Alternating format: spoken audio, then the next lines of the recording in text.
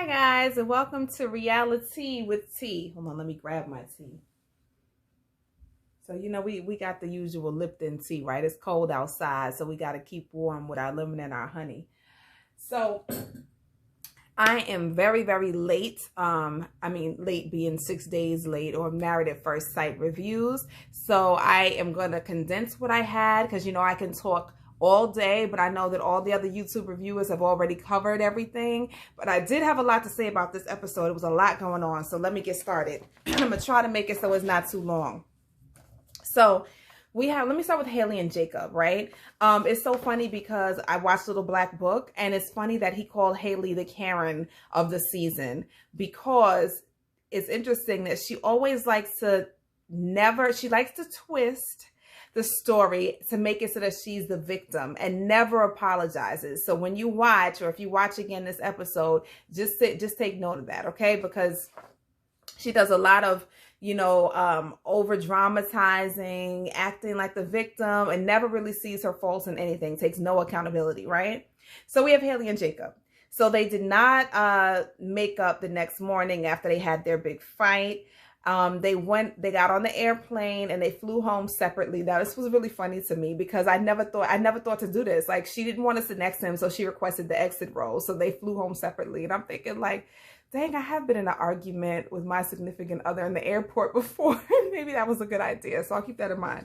But either way, he's upset because he feels like she told a white lie. That lie being, oh, I'm going on a girls' night, but really it was everybody else. And what hurts for Jacob, I'm sure, is not just like my wife doesn't want me to be with her, was that it seemed like everybody else in the group, even the men, were there. So that means nobody in this whole group of folks wants to hang out with me, which has to be a really horrible feeling. That's just his perspective. None of us really know the whole story, I guess, until we get the others' perspectives on it. And I think so far Ryan went on Unfiltered and said that wasn't the case, but I'm sure that's still hurtful for the person who feels like everybody is avoiding them.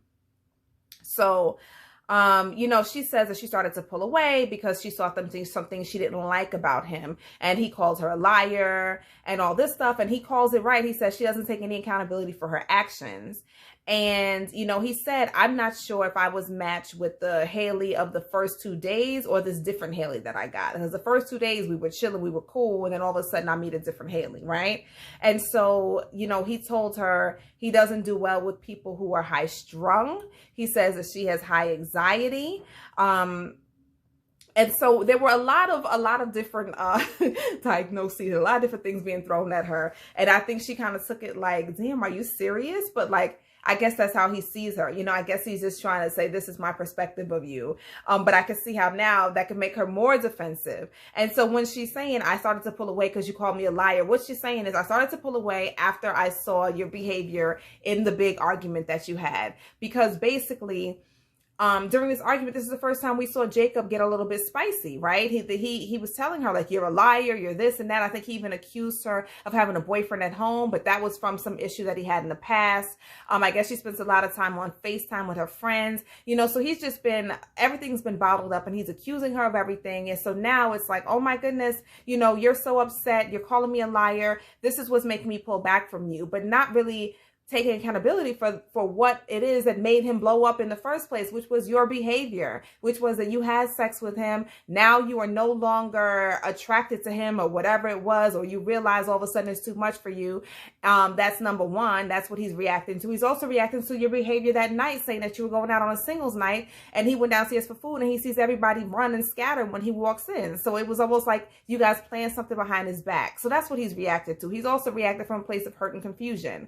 So she's going to use this now because she's not into him. And we've seen this happen before. She's going to use this. I didn't like that he called me a liar. I didn't like this. She's now nitpicking and trying to find an excuse to say, this is why I'm not into him. He's turned me off. And I believe she said that to Pastor Cal later. Because, I'm jumping around because I'm a week late. But I think she said later, I was attracted, but this made me pull back even more. I don't even know if I can, head back into attraction with him, into a relationship type of thing, because it does not like him. She's turned off, but he also is a very nice person. He's a sweet, nice person. So she doesn't want to seem like the asshole and say, I'm not attracted to him. So she's going to use this as a reason as to why she's not attracted. Right.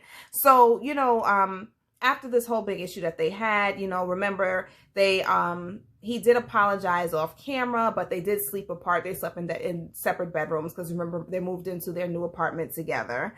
And this is the part where they have to go and view each other's houses. So, you know, that he takes, of course, remember now his house is the pride and joy. So before they go into this house, I'm like, oh my God, I hope she doesn't say anything that makes him, you know, feel that she doesn't like this house. Because we remember what happened before. What was that last season with Brett when she talked about his house, and that was his pride and joy, and that turned him off. So, of course, you know, they go in and he has, you know, his house is nice, but he has like his 80s room. He has the neon going on, and that's kind of a turn off for her. He has a members only jacket. I guess that's from the 80s. I never really knew what that was. My sister just told me that was like a popular, I guess, expensive brand in the 80s. Okay, whatever. But basically, you know, I think Pastor Cal tells him later, all good things, you know, she is here to kind of change certain things about you. You have to be open to it. You know what? The 80s were great, but all good things kind of need to come to an end at some point, right? We love it, but it doesn't have to consume your entire house, right? You don't have to be stuck or fixated in that era. So he has 3 dogs. She has 1. So when they go visit her home, he brings his dogs over. The other 2 are fine, but there's a little aggressive dog, right? So the little aggressive dog tried to like attack her dog, and he had to like jump on the dog and tackle the dog and hold it and this whole thing. And she's like, hold up. She's grabbing her dog like, I don't even know if this is going to work. And honestly, I'm thinking if they're going to have to move in together, 4 dogs is a lot. 1 to 2 dogs is already enough. 4 dogs is going to be a lot. That's a huge adjustment to make unless you have like a huge house and backyard. That's what I think. So... and they're in Atlanta. It seems like most of them have condos, except for Jacob. He does have a house. So, you know, they have the conversation with Pastor Cal. She says she's not a physical touch person. He feels like she doesn't like him. He is a touchy person. She says it became too much, so she had to pull back. She feels that he accused her of having a boyfriend at home. She's never felt this way before. Nobody's ever yelled at me like this before. Nobody's ever called me a liar before. You know, she's pulling that whole Karen bit. And, you know, she says that she shut down and she is nervous about confrontation. She doesn't like confrontation, but she also doesn't want to hurt his feelings, but she does feel like they're not connecting. And she feels like the 80s stuff was a real big red flag for her. So, of course, Pastor Cal kind of talks to him about that. They kind of come to a resolution. He does say, listen, pull back on the 80s stuff. It's a lot. And we have to remember that confrontation isn't always a bad thing in a relationship, right? If you try to avoid it, you're avoiding the issues. You're just sweeping them under the rug. So there can be healthy confrontation, healthy conversation, healthy arguments when you get to a resolution. Now, Brianna and Vincent, right? Oh, good Lord. So remember, like one of my friends said, all the men were a little bit spicy this episode, okay? This is the first time we've seen Jacob get spicy. This is the first time we're going to see Vincent get spicy toward the end of the episode, right? So, you know, we begin the episode with Brianna talking about how she picks up after Vincent because she likes things to be picked up. And she's been doing it, and she says, I'm just going to keep doing it because he hasn't said anything about it yet, right? So, you know, they talk to Pastor Cal, and, you know, he talks about, you know, from the moment that he met Brianna, he knew that he would spend the rest of his life with her. I mean, he's completely smitten by Brianna, right? But he does say at one point he's afraid of how he will react to her being a little bit bossy, right? And he doesn't want her to take it. He takes it as disrespect sometimes when she's bossy, and he's afraid of how he will react, so he kind of keeps his mouth shut. And so it's like, well, what do you mean how you will react? That's what I'm wondering. Like, what are you going to do? You know what I mean? And so he basically says he doesn't want to hurt her feelings. And Cal says, you know, in a relationship, you're going to hurt. Everybody's going to get their feelings hurt at one point or another. We don't want it to happen, but it happens as life, right? And so he says, you know, as long as you guys know each other's intentions, you know each other's heart, you guys can move through that, right? And basically, people communicate differently. Everybody communicates differently. She's moving, you know, her mind is moving faster than his. You know what I mean? Like she says, you know, he takes a long time to get ready. It takes a long time to get out the house. People think differently, and at some point, you have to come to a compromise, right? So they move in together, but then she starts to feel a shift of energy, right? So we're seeing that there was one point that we might have missed, right? Because now his energy has shifted, right? So maybe there's a buildup of this bossiness that's getting on his nerves, right? So he says, you know, at one point, like takes her in the closet. He's like, I'm tired of your smart comments. Now, what we say, smart comments, is like a snarky kind of sarcastic comment that has a little bit of a malicious intention, right? So he's saying, I'm tired of your smart comments. And so,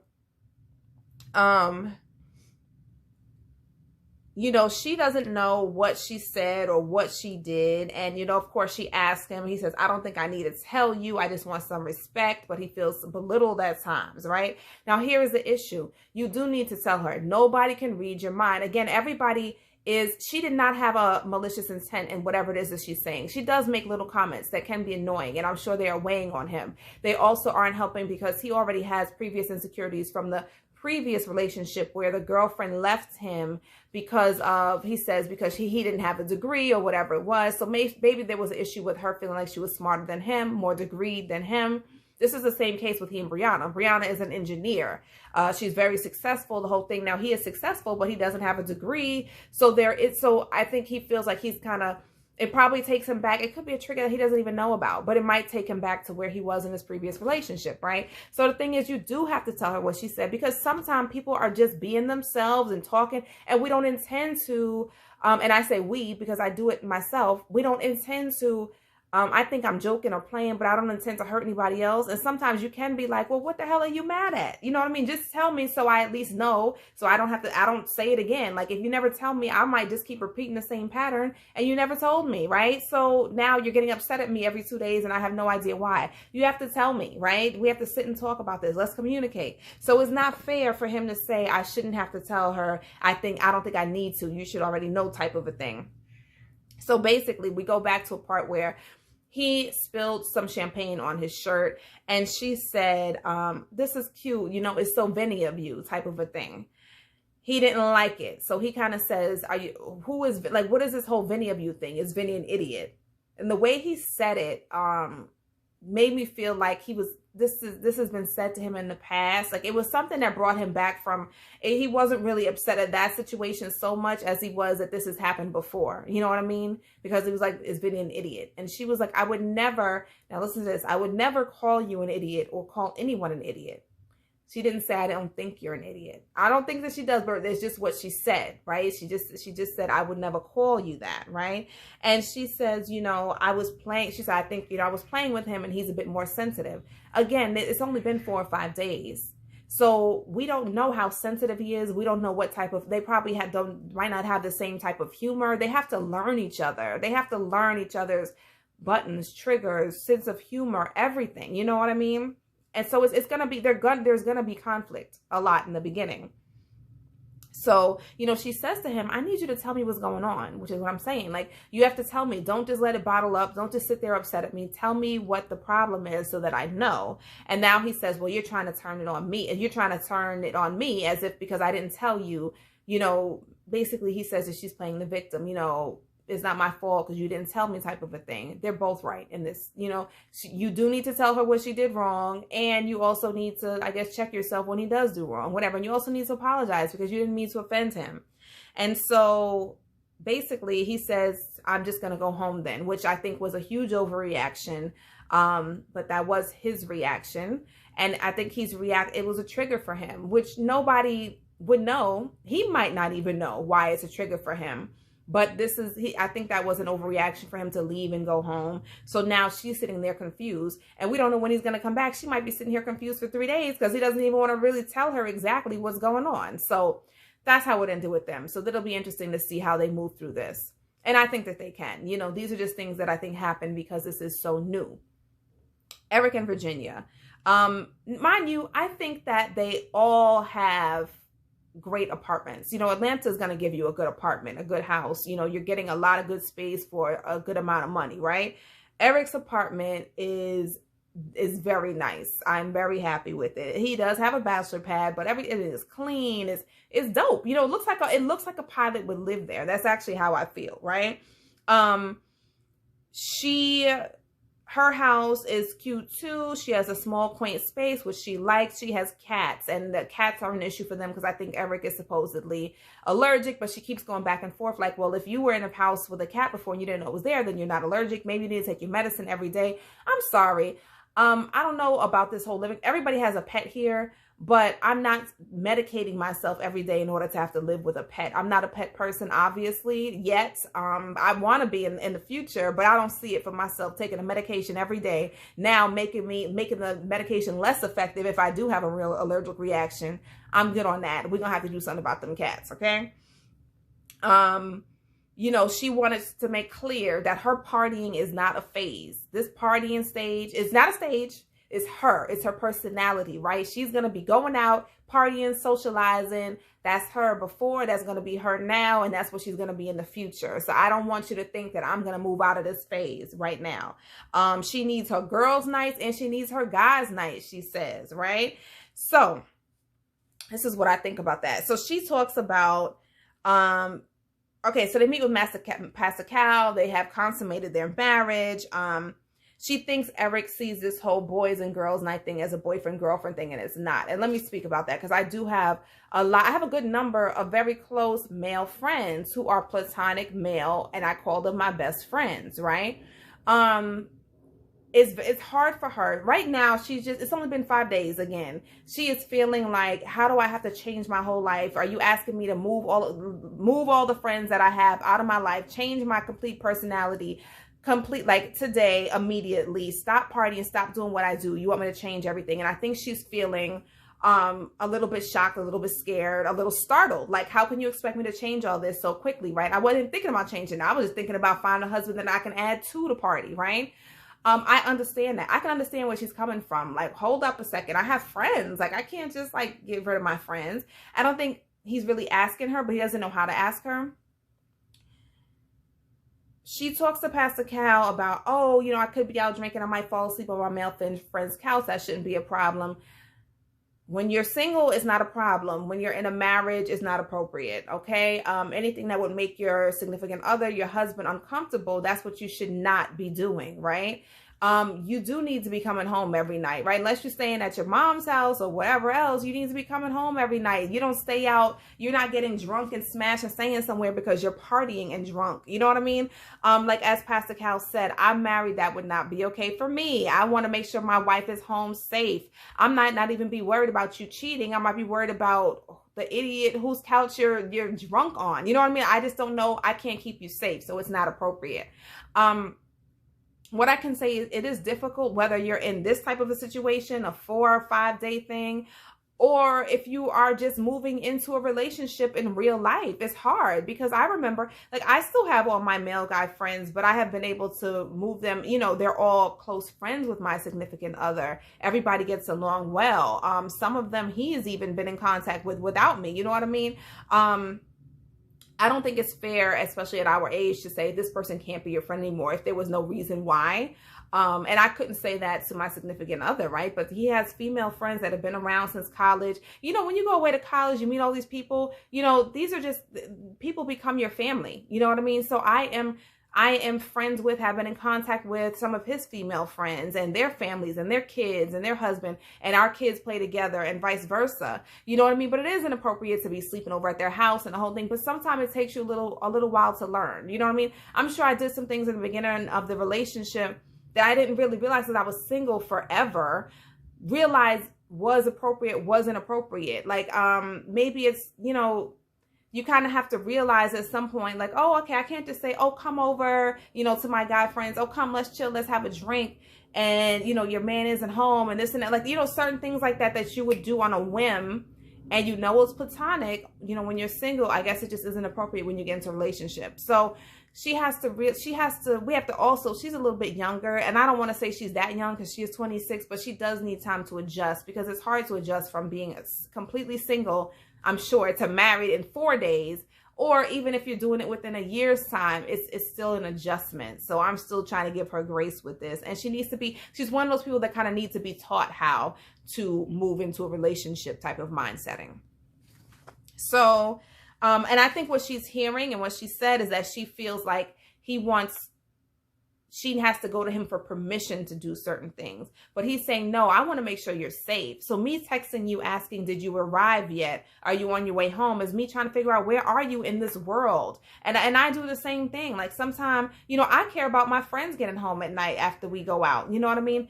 significant other, if you leave or I haven't heard from you in a couple hours, like I just want to know that you're safe, because anything can happen in this world. I want to know where you are. What state are you in? You know what I mean? Those are just things. And that was something that we had to adjust to as well. You know what I mean? Just like checking in. I'm not checking on you, you know what I mean? But just check in and you know, make sure we cool. So she thinks that's weird, but I think that she thinks that's weird because she hasn't been in a relationship. And sometimes when you just don't know all the nuances that go with and the behaviors that go with being in a relationship if you haven't been in one. So, and the funny thing was, he says, you think you can do what you want. So Eric doesn't know how to phrase what he needs to say either. So that can also make her feel like you're trying to be authoritative toward me, and I don't like it. So, that's them. Okay. Paige and Chris, of course. Well, let me go to Ryan and Clara, because, you know, Paige and Chris, they mad, whatever. So Ryan and Clara, you know, we find out he goes to sleep at 10 p.m. She thinks that's crazy. You know, Ryan is a very rigid guy. And she is completely the opposite. So it's good that they can kind of pull each other in you know, in their directions, you know, in the directions that they are. I don't know, whatever, you know what I mean? But, you know, they're going to visit each other at each other's houses. His house is very, very clean on the outside, right? The outside, the inside of the house and the outside of everything, right? But when you open up those cabinets and those drawers, I mean, a hot mess. And it's just so weird, like, how clean and, you know, how clean and structured everything is, as far as like when you look at the countertops and the sink and the bathroom and everything. But then all you have to do is open a cabinet and literally the shelves are broken. He's throwing cans on top of broken shelves, like just laziness. You know what I mean? Doesn't fold his clothes, you know, clothes. I can't stand when you close a drawer and you got clothes hanging out, like stuff like that. And it's so indicative of his life. You know what I mean? Everything about him is the image on the outside, physically, and also as far as their relationship, and probably just because he's a PK. Remember, I said a pastor's kid. Image is very much a part of being the first family of a church, right? We're going to keep everything pristine because we can't tell everybody else to be this way if our family's a hot mess. Now, we also know a lot of pastors' families are a hot mess on the inside, right? But the image is to make you think that we're doing everything the way you're supposed to be doing it. So that's what he is used to. That's what's been ingrained in him. So when he says to Clara, you have to watch what you say, that's what that is. It's the image. You know what I mean? And when he's saying, let's not talk about whether we consummated our marriage or what's going on in the bedroom and everything, it's the same thing. It's the exterior image, but the inside might be a hot mess. The inside of a relationship might be a hot mess. The inside of his family dynamics might be a hot mess. Even though everybody looks so nice, his brother, dad, the mom, the whole thing, they might look nice. And also remember, he grew up in a community where they were like the only black family in this rural community. So they also have to put on airs. Remember, we also have to make it seem like we're just as good as or better than the white folks that we live around, right? We can't let you guys know that there's a mess going on in here, because your expectation of us black people here is to be a hot mess. So we don't want to give you that. You know what I mean? We're going to give you perfect. So that's what he's used to. His house was manifested all of that. Oh my goodness. His house was just exactly what I would, when I think of Ryan and his personality. On the outside, we're going to make it look real nice and smooth, but on the inside, it's a hot mess, and we're never going to address it. We're going to throw everything in there and close that cabinet door, and you won't see it until I invite you in. Okay. Now, let's see, where was I? So, yeah, I was putting that it was a facade, the whole thing. I was reading my notes. They told Pastor Cal they haven't consummated the marriage yet. Excuse me. But they are doing something. So they're doing everything else except for the big whoop. And that's interesting. I would like to know why. You know, Ryan is talking about he's looking for love and growing as a couple. They talk about him never saying the L word, and Pastor Cal discusses that love is not about the word or feeling. It's about, what did he say? It's not about a feeling. It's about, I don't know. Right? Tell me in the comments. Get back to me, because I forgot what he said. But it basically is not about the feeling. I guess it's about your intent, your goals. You guys on the same page? I don't know. Let me know. I might be wrong. And then Clara does explain that she's taking things slower than she used to. Because remember, in the last episode, she was talking about, yeah, that I went to college and I dated these kind of type of guys. I went here, I dated these type of guys. And she remember she was just talking to somebody off of a dating app who wanted to now screw her friend. So, so she's already been, she moves a little bit quicker at a faster pace than Ryan does. Lastly, Paige and Chris, right? So they're on the way home from Vegas, and he took a flight to Chicago to get away for a few days. This is number one disrespect, right? Because what do you mean get away for a few days? He went to go see the ex. You know what I mean? Like, what is this? Like, we're supposed to be moving in and you go away for a few days, and why is this okay with Paige? So, she gets emotional in the confessional. I'll give him space. It's almost like anything that he wants of her, she's able to accommodate and give. And I'm just confused about why she's not questioning anything, why she's not upset about anything, toward past, to the experts. Why'd you set me up with this type of guy? You know what I mean? Like, it's just, but remember, he just said he was spiritually in love with her. So she's still on cloud 9. So now Chris comes back to Atlanta, and he pulls her up into the apartment, and he's real good with, let's take off our microphones. Let's not let them film the whole thing. Basically, what he told her in this conversation was that he's still in love with the ex. He wants to get back with her. He wants to get a divorce, and he's already going to a lawyer in Chicago to find out how to get out of this marriage and get back with his ex, right? So Paige now, has called the producers, and you hear her yelling, and that voice, I mean, we know that she has the ability to get very upset and to be very assertive and aggressive when she needs to be, right? And she says she feels disgusted. She's disgusted at herself for being intimate with him. She thought that when he went to Chicago, it was to reflect on her commitment. Nah, he went to go see that girl. This guy is like a stage 1 player, because his game isn't even that good. This is like kindergarten stuff that he's pulling on her, and she's just falling for it, right? And, she went off. But this is the only time we see that, right? So now we go sit with Pastor Cal, and again, we see her. She's like a church kitten again. She's not saying anything. She's not saying, I'm upset. She is able now to explain what happened, and Pastor Cal seems shocked. But to me, I'm just like, where is your emotion about this? Because you have been dragged through the mud within 4 days, more than most people have within a year or two's time, right? So, Pastor Cal asked her, why did you consent to having sex with him? And she sadly said she felt it was her duty. She didn't want to upset him, so she went along with it. Sweetheart, you did not want to do it, and you did it against your will. That is a concern for me, because not against your will, but against your better judgment. That's a concern for me, because that's what lets me know that I want to know your history. What's going on with you in the past, that you feel like you have to do something that you're not ready to do or want to do or feel uncomfortable doing in order to please somebody that you met within the last 12 hours. And then not only to do it once and know that you weren't supposed to do it, know even before you did it, you felt no connection, but to keep doing it, as she told Miss Pastor Cal repeatedly this entire time, every day, without protection.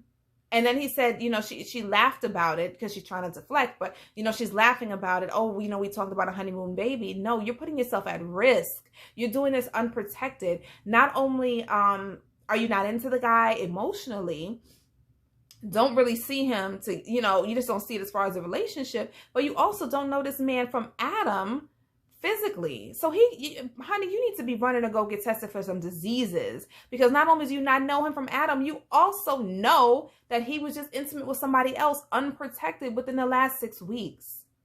So it's disappointing. It's sad. I feel bad for her. I don't get it. I'm shocked, and I'm shocked that this is all playing out. I'm shocked that she did not, at least knowing that the camera's in your face, try to save some face and try to show that you have a little dignity about yourself.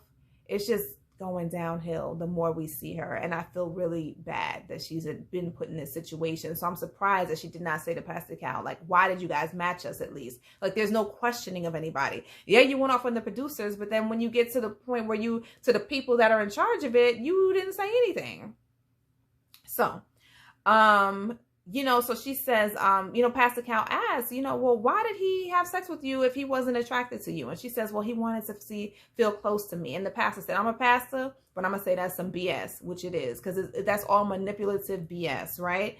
And here comes Paige, you know, he says, how do you feel about him having a baby? She says, I'm not new to this. I'm true to this. That is a toxic statement in itself, because, you came into this saying that you have already been in a situation where you were pretty much a stepmom to your ex's kid and you wanted something different. So that has been your experience. But why is it that you're now wearing it as a badge of honor, almost bragging about the fact that, oh, I can handle having to deal with a brand new baby mama, a newborn, in a situation where I thought I was going to meet the love of my life and, you know, find my soulmate and be happy in this marriage. You should not be used to this. You should not be true to this type of lifestyle. You know, that's the type of lifestyle that nobody wants. They deal with it if it arises, but you just meeting this guy, you're all of a sudden, and Pastor Cal said this whole ride or die thing, which I thought was inappropriate. Oh, when Chris came in with his tight pants on and, you know, coming in and he's like, oh, she's ride or die. And Chris is like, I know. Like, this whole ride or die thing is BS, because that means that I have to take whatever you throw at me and I'm going to ride or die with you. No, I'm not going to ride or die with anybody I just met 4 days ago. And no, I'm not going to take all this crap. I'm not going to ride with you through all of this mess, right? Just because. You know what I mean? Like, at what point do we put ourselves first? She should be doing that. She should have done that 4 days ago, right? Here comes Chris with his tight pants, wandering in with his little smirk on his face. And, you know, he talks about how he doesn't want somebody else to raise his kid. He realizes that he's still in love with his ex. And so Pastor Cal was like, but y'all broke up, right? So is the reason that you guys broke up, is that invalid now? And he says, oh, we didn't get that far. This is all BS. I feel like this is all made up stuff because he doesn't want to be in this marriage with Paige. Paige feels like she got the short end of the stick. And he says, you know, you have been, and she says, you have been an emotional roller coaster for me, hot and cold. And this is when you see him. No, I haven't. He is highly offended that she would think that he has put her on an emotional roller coaster. We all know that's what you've been doing. But here is a narcissism. He cannot believe that somebody would think that he is wrong in this situation. He will never take accountability for putting her, instead of saying, I'm so sorry, or even I'm sorry that you felt that way. Or I apologize, you know, whatever it is. He said nothing. It was no, I haven't. He wouldn't even accept any fault in this situation, right? So, you know, Pastor Cal asked him directly, why is there sex if there's no attraction? And he says, well, I don't want to talk about it. You know, I don't want to, that's between us. I don't want to, what is, did he say? I didn't want to embarrass her. This is where it got a little shaky because my daughter was having like a night terror. So I had to go get her out the crib and I was like, this is the best part of the show and I had to miss it. And I didn't get to go back and see it, but I know something after this happened where, Pastor Cal left the room. He whispered in Paige's ear and we find out later he says something like, I don't want to fall in love with you. So you're telling me that you have to leave this marriage, divorce me, go back with your ex because you're so afraid, or I'm afraid of falling, because you're afraid of falling in love with me. So you have to hurt me and drag me through the mud. Come on now, this is BS. If you really loved me or felt that way about me, you wouldn't treat me this way. Paige, I have so much more to say about it, but I don't have the time. But Paige, I want you to wake up and realize what this guy is doing. And like Little Black Book said, an emotional dance with you. So, other than that, let me know what you think, how you feel. I know at the end he drove off and Paige looked like she was waiting for him to come and say something to her, give her a goodbye hug. And of course he didn't. But, you know, he's nasty like that. Either way, let me know what you think. Like, comment, subscribe, and I will see you next week. Well, I'll see you like I'm going to do a faster video next time. I'll see you like tonight or tomorrow. Married at First Sight, reality with T. Bye-bye.